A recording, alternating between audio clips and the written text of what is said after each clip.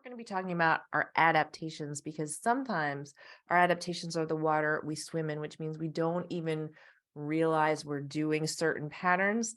And so we're going to be uncoding or decoding those patterns with Harriet Gleeson today. I think many of them we glorify. We might see them as being really positive traits, and they can be to an extent. A lot of them might be things around, perfectionism, achieving, overachieving, working, people pleasing, helping, all of that kind of stuff. But there can also be other ones where we might withdraw in relationships, or we might self-sabotage or not show up or keep ourselves small, or I think there can be lots of different ways that it might show up. But I think adaptations, I would say, are how they are ways that we learn to regulate, to feel okay in the situation that we're in, or how we feel. On the outside, they had everything that they needed, but emotionally, they didn't. So sometimes it can be really hard to see, and particularly with some of the dynamics with, with the mother wound. If you have a parent that, or a mother that might be very focused on her needs, or it can be very subtle. Part of our defense, I think, sometimes can be seeing their acts as moments of love, because it can be really difficult to see that actually it can be about them and not us sometimes.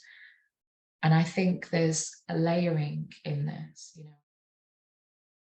But I did not know for so much of my life that repair was possible, or that relational harmony would, or relational rhythms, healthy relational rhythms are harmony, disharmony, repair, and back to harmony. And listening, and you want to Google, there's someone named Ed Tronick, and he does the still face video, and it's a mom, and she's still faced, and her baby's like, what's going on? And it's a bid for connection. It's like the mom, all of a sudden, it's part of this experiment, and his research shows that it's not the never being in disconnection, but it's the multiple repairs, like micro repairs over a relationship, that deepens the depth of a relationship, not the never having disharmony. I'm pulling on a few different bits of Ed Tronick's research, but yeah. And I think that really emphasizes what we were saying before about where it comes from, because the striving and the being a perfectionist and trying to impress our mum and earn her love, that's, as adults, that's what you're describing as a baby that's reaching out, trying to get connection. It's the same thing, but it just manifests in a different way. Yes. Yeah. And that ties with adaptations too, doesn't it? Because if we don't feel that if we've not had healthy repair, or for me, if there was a conflict, it would be the silent treatment, or I would be disowned, I'd be rejected and abandoned. And there wasn't opportunity to learn how to manage conflict, to manage disagreements, and to repair and work through them. So an adaptation in response to that might be to work really hard to please them, to not speak my truth about things, to stay silent about things that bothered me. And actually, in healthy relationships, we can learn to do that. We can learn to step out of the role that we get put in. It was like taking the chain necklace off and being like, here, I'm not going to wear this for you anymore. Absolutely. Take it back. Yeah. Readiness is important.